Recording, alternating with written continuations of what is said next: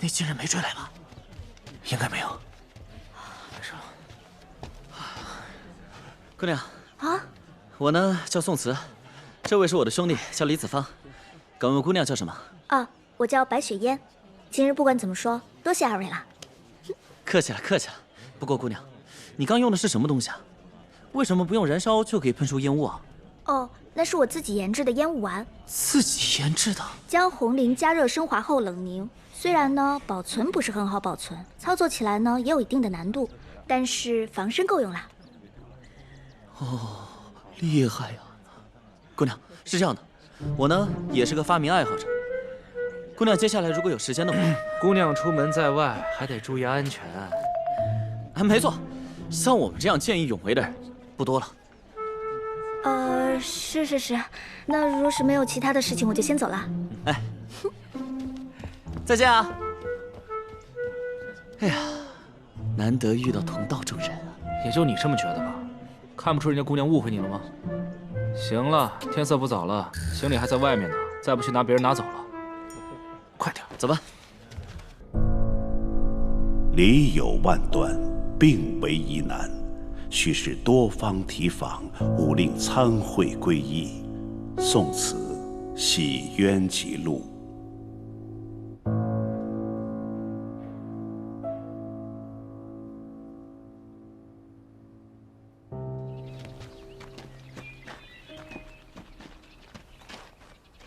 只剩最后一家了，如果再没有，只能睡大街了。子方，其实我觉得宜春院也挺好的。这么看着我干嘛？啊，不，我不是那个意思。你想啊，这宜春院又干净，晚上饿了还有夜宵吃，你想要什么都有，对吧？你还敢回去啊？算了，房间就剩最后2间了，一大一小。大的1两银子1晚，小的房间40001晚，这么贵啊？嫌贵可以不住啊。现在整个燕回城都封城了，爱住不住，有的是人。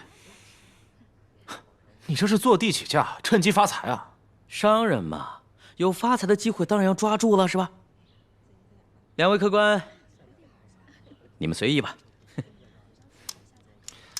这样吧，给我个大的，小的给他。喂，凭什么我住小的呀？我掏钱，你要不乐意你掏啊。要说请客，客人当然是要住好的呀。对不起，谁说我要请客了？不是，开房。大房间我要了。大姐，骗子，怎么又是你？这位小兄弟怎么说话呢？我正儿八经如假包换的京城6扇门神仆。上令牌。哎，等等，我管你是谁，我们已经订房间了。哎，不，你们只是说要住，但是还没有最后确定，是这位小兄弟先付的钱，对吧？我这店呢，以钱到桌子上为准，所以这个大房间现在是这位公子的了。哎，有你这么做生意的吗？我的客官，现在还剩最后一个小房间，客官再不定的话，要被人抢走喽。住，我订小房啊。我看你呀比他机灵。最后一间房是你的了。那我怎么办？怎么？你不是说小房间是我的吗？哎，我不介意收留你啊。这样吧，回头呢，这个房费啊，你出3000，我出1000啊。凭什么呀？凭房间是我的呀。多谢。你不会真让我睡地板吧？想什么呢？这床铺是给你铺的，你这身子不是不好吗？睡地板着凉怎么办？哦，你要实在觉得不好意思，这房费多出一点。我就知道你这小心机。哎，也没什么多余的条件，就晚上再请我吃顿夜宵就行了啊。别得寸进尺啊。哎呀，好吧，你要实在想睡地板，那也可以。只不过这地板上呀，虫子多呀。行，我请你还不行吗？哎呀，你看看咱俩都是兄弟，你要实在嫌弃，要不然我俩都睡床上，我也不介意。打住，你跟我得有点距离好吗？玩笑都开不起。好吧，通融你一下，一人一半。对了，西夏使者那个被杀的案子，你准备怎么查？你以为你是谁啊？你我就是一介平民，在这里什么都不是，你凭什么查呀？以为自己在建阳有个叔叔呀？说不定我拿着叔叔的书信，咱们还能见这儿的镇抚使呢。嚯，你还要这手准备啊？看来是早有预谋啊！某人也不想想这是为了谁。哎，停，别说了，我这就给子峰兄把床铺好。你这也太抠搜了吧！我俩连个肉都没有啊！这封城不知道封到什么时候，这钱省着点花吧。这客栈坐地起价肯定还要再涨价。这越是这样，越是要现在吃哦，以后吃不起了怎么办？先吃完这顿再说吧。我这破案需要动脑，你让我吃点肉，对吧？我这脑子一灵光，案子一破，这城不就开了吗？1、2、3、4，4个馒头不够你吃啊？哎呀，我得吃肉。哎呀，隐约听到这位兄台说的话，也是来查案的。与你何干啊？我，京城神捕的徒弟。管你是谁，别烦我。既然是来查案的，那你也是神捕，还是捕头？子房，哪怕你点个咸鸭蛋啊！这位小兄弟，出门在外，我能理解你的意思。要不要一块吃点肉，喝点酒？我看你这吃的有点太素了。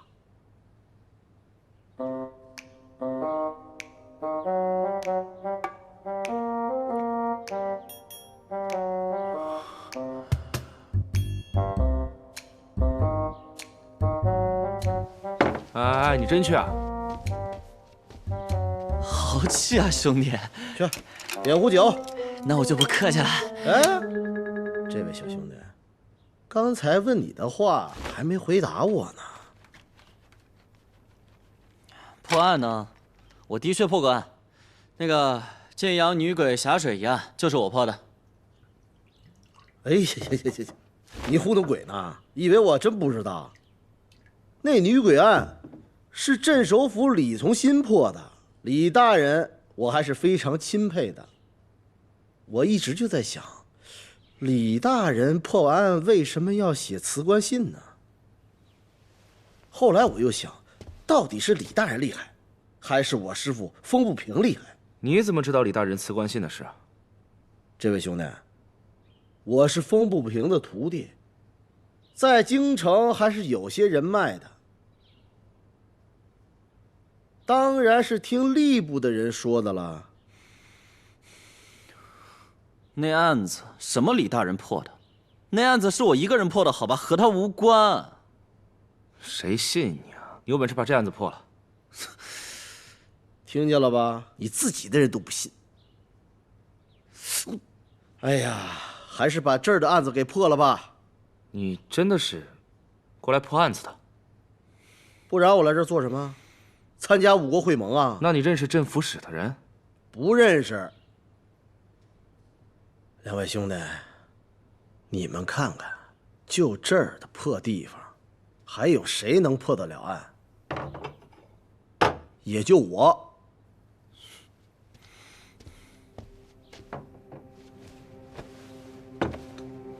吃饭。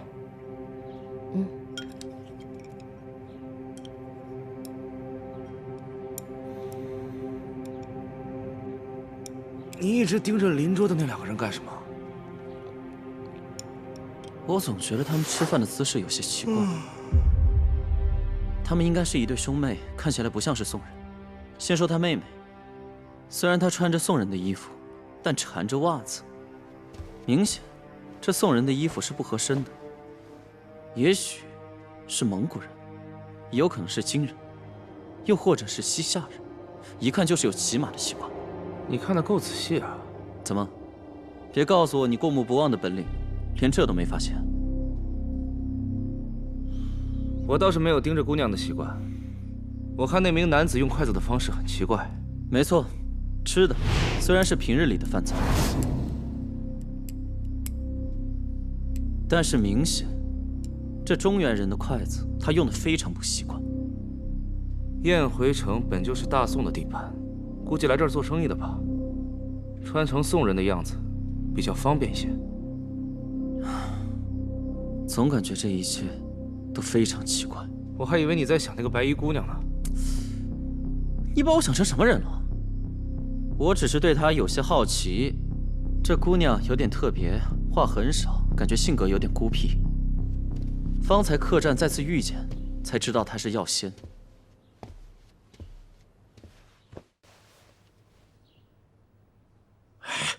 老大，就这个破地方，居然有这么清新脱俗的美女。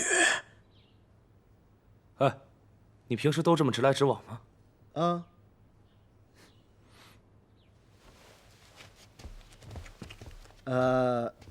请问这位女子芳名啊？白雪烟，有事吗？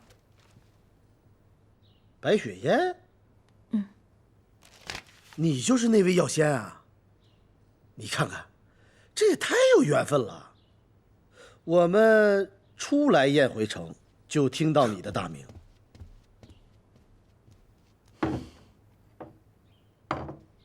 白姑娘，你就吃这么素啊？去，把那肉拿过来。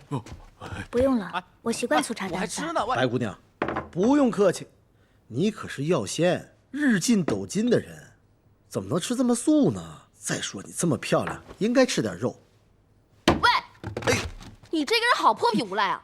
看见长得好看，非要跟人家吃饭啊？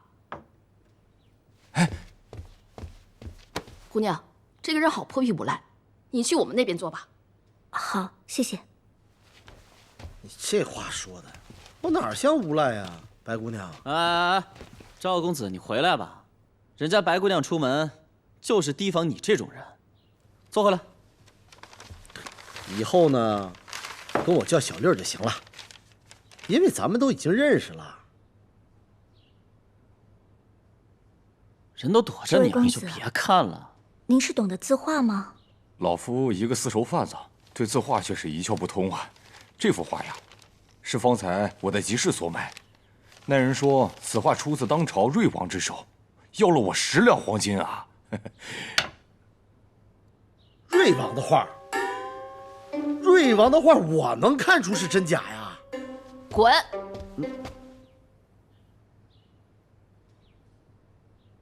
还是要留意那个女子，我总觉得有些不对劲。你就是职业病。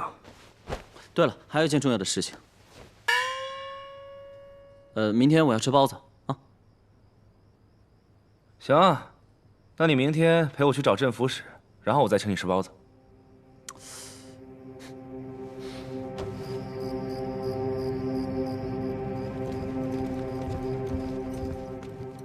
都安排好了吗？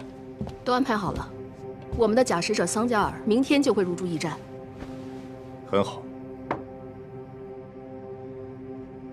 记住我们的目的，这件事很重要。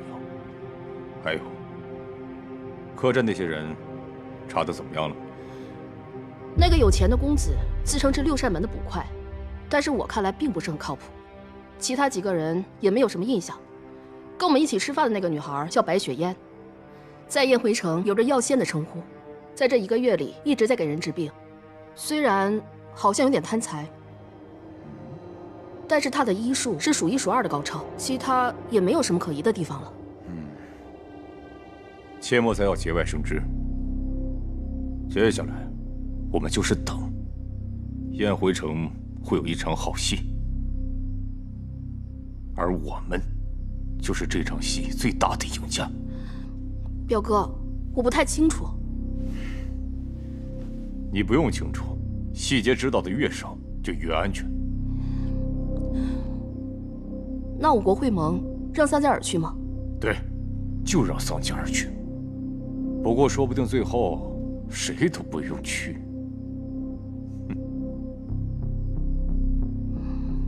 西夏使者的死，闭嘴！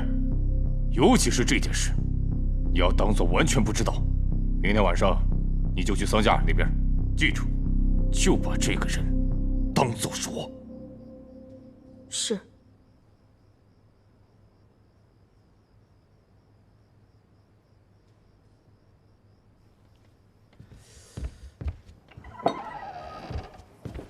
殿下，这间客栈我探查过了，一共10几间屋子，人员复杂，咱们一切还是以安全为主。殿下，殿下，瑞王的，我现在是神捕，我跟你说多少回了，要自然，要自然。是，殿下。我这样抽你嘴。要破案，破大案，那就得深入百姓，了解百姓的生活。出去以后多打听，到处去看看，去吧。是。哎，回来，拿着，没事你也多学学。还有啊，赶紧出去问问西夏使者被杀案子到底是怎么回事，越详细越好。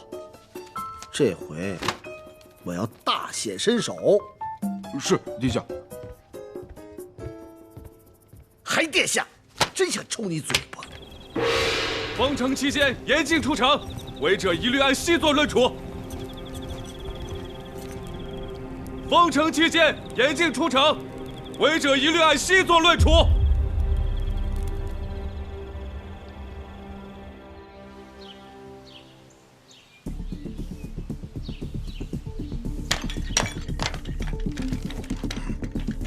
什么人？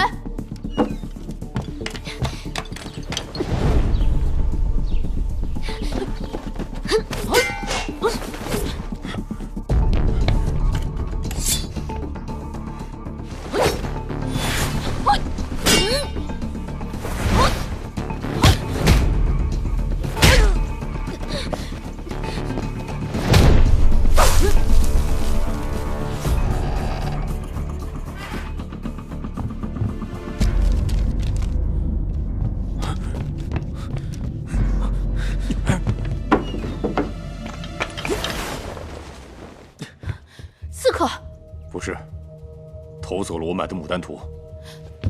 变阵。为什么？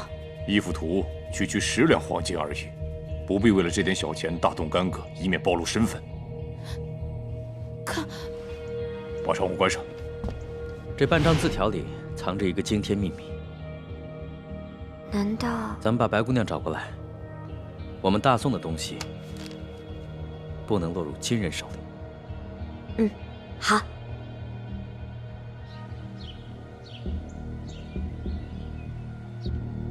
白姑娘，这幅画你鉴定过了，是真迹吗？错不了，出自当朝瑞王之手。不得不说，这个曾先生很有眼光。我估计连卖画的人都不知道这是真的呢。白姐姐，那个曾先生真的是金人吗？是，他的言谈举止，尤其是他身上所用的香料，一定是金人。白姑娘，会不会是因为这个曾先生，因为常年行走于宋金两地之间，身上或多或少保留了一些金人的生活习惯呢？哥，一开始我也这么想，但他那个妹妹的出现，彻底打消了我这个念头。我跟曾先生的那个妹妹交过手，用的就是金人的武功，错不了。那就好。我们大宋的东西不能落入金人手里。白姑娘，据你估计，这幅画大概值多少钱？至少100两黄金。太好了，那有劳白姑娘尽快带着这幅画到临安城之后出手。我们攒够了银子之后，就送到义军首领李全将军那儿去。嗯，好。哎，等一下。白姐姐，你不会打算就拿着画这么明目张胆的出去吧？我忘了。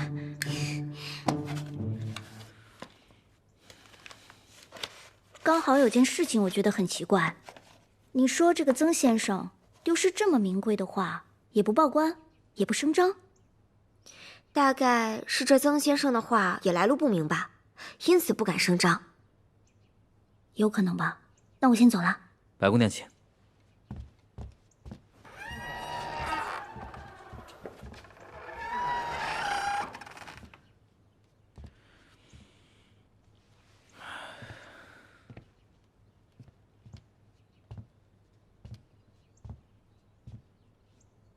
哥，白姑娘是个好人，我不想连累她。这件事情我自己做就好。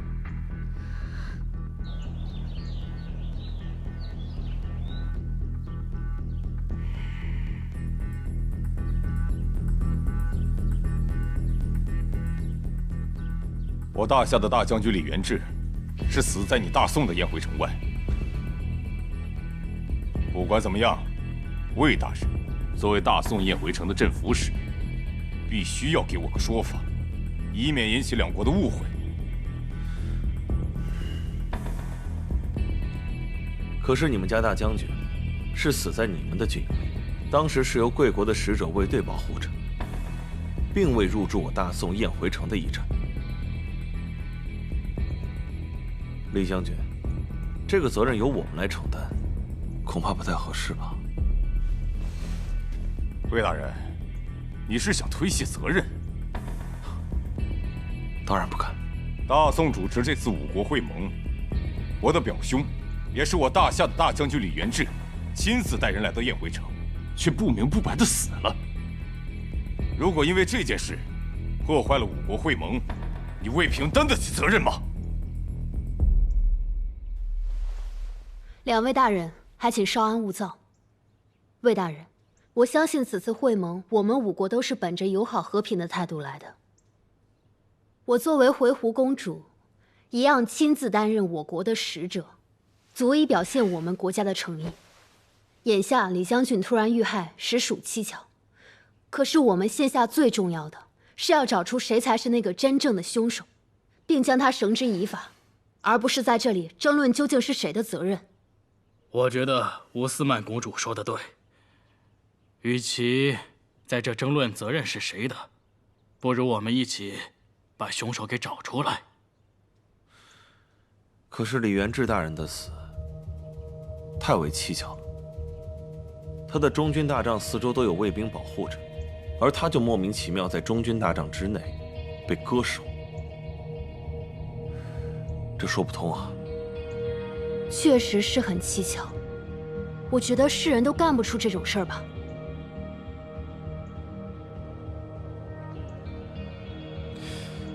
李元志将军死的时候，是不是正坐在椅子上，一只手夹着自己的头颅？正是。怎么了？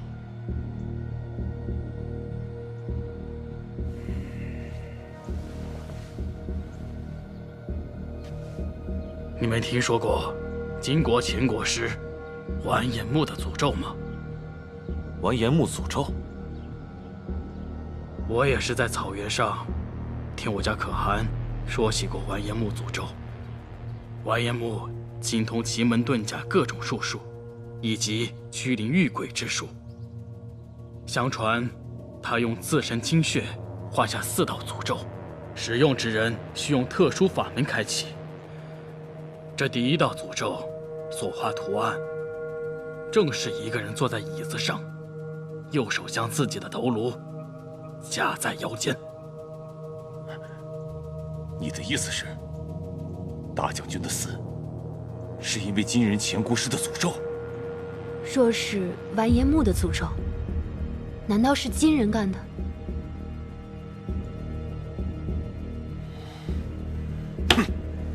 肯定是金人。会盟才开始，我大夏的使者就死了，但到现在，他金国的使者还没有出现。不是他，还能是谁？哼，笑话！你们的使者死了，就怪到我大金的诅咒上来。我看这五国会盟，怕不是你们4国联合起来对付我大金的会盟吧？你是什么人呢？我是阿兰，大金国使者卓鲁图的贴身侍卫。阿兰，明天晚上你就去桑加尔那边，记住，就把桑加尔当作是我卓鲁图。是。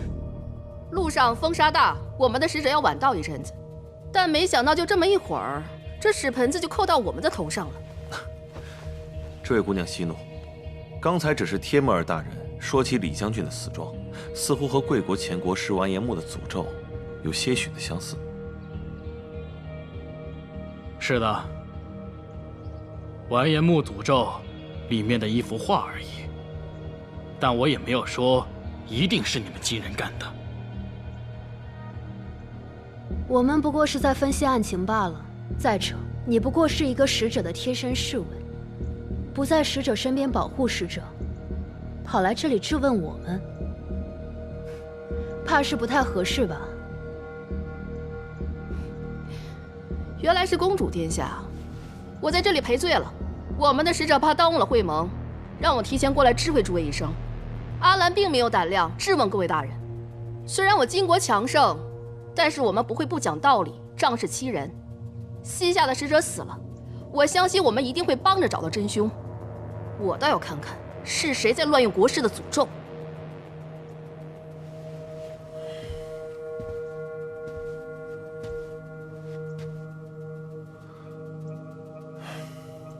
是啊，如今没有任何证据，不能随便猜测。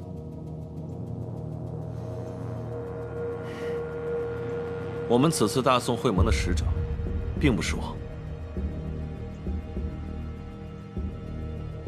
而是我朝太傅韩复韩大人。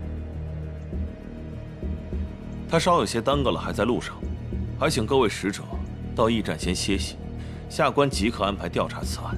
给各位一个说法。还希望魏大人说话算话。倘若找不到凶手，我想这次会盟不会有你们满意的结果。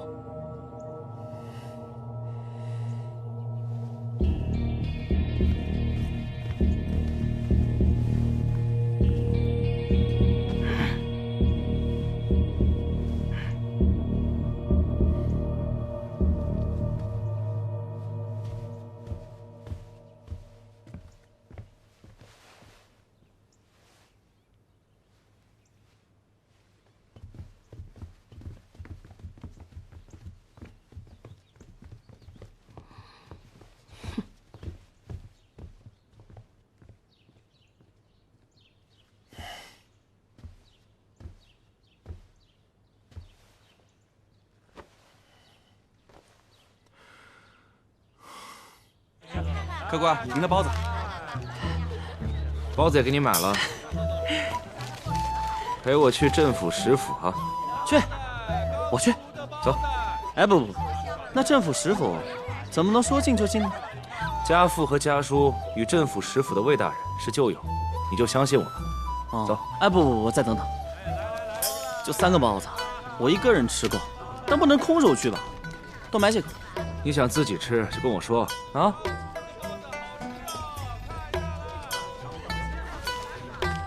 够了。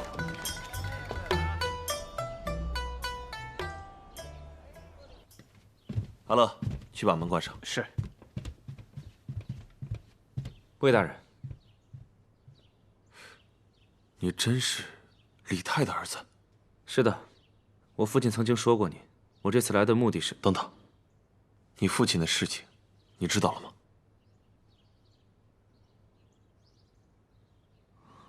我父亲的事。我收到你父亲的来信，你看看吧。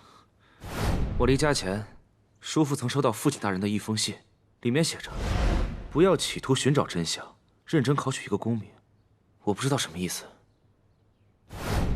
我也是刚刚得到消息，就在1个月前，你的父亲负责押运一批粮食，送往正在和金人作战的部队。但在路上，听说发生了一件很诡异的事情。当李将军的队伍经过一个地方时，忽然间乌云遮月，天空下起大雨，并且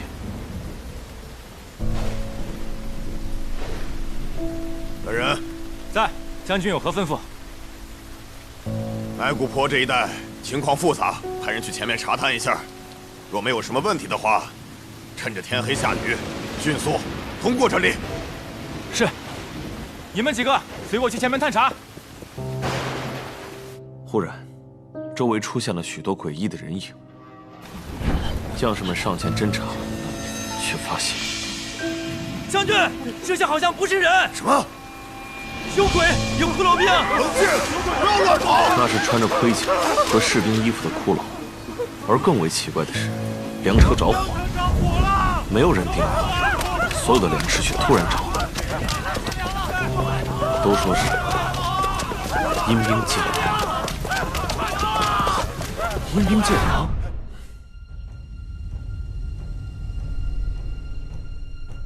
你的父亲因为押运粮草不力，送往京城后被关进刑部大牢，等待审判。魏大人，这粮食真的是平白无故着的火？不止一个人这么说，那些逃回来的押运士兵，都亲眼看到远处大雨中的阴兵，以及莫名其妙起火的粮草，不是阴兵借粮，这是什么？魏大人，在什么地方？埋骨坡，出北关不到100里。那个地方，是我们和金人、西夏人多年作战的地方，双方无数士兵在那里战死，因此叫埋骨坡。死了这么多人的地方，阴兵借粮，也不奇怪啊。现在京城人都在议论这件事情，也不知道这阴兵借粮到底想干什么。那为什么此案没人调查？这怎么查？谁敢查？不行，我要去救我父亲。魏大人，这是我兄弟，他破了很多案子，霞水女鬼案也是他破的。你不是说了也没用吗？我跟他去埋骨坡看看，我相信我能查到真相。希望魏大人给我们些个方便。要是往常啊，我可以安排车马送你们出去。但眼下，西夏使者莫名其妙被杀，事关重大。太傅大人已经传令过来，封城。在此案没有查明之前，谁都不许离开。这何其难啊！魏大人，我今天来也是为了此事。我想早点离开宴会者，去调查我父亲的案子。这里的事情能不能让我兄弟来查？他叫宋慈。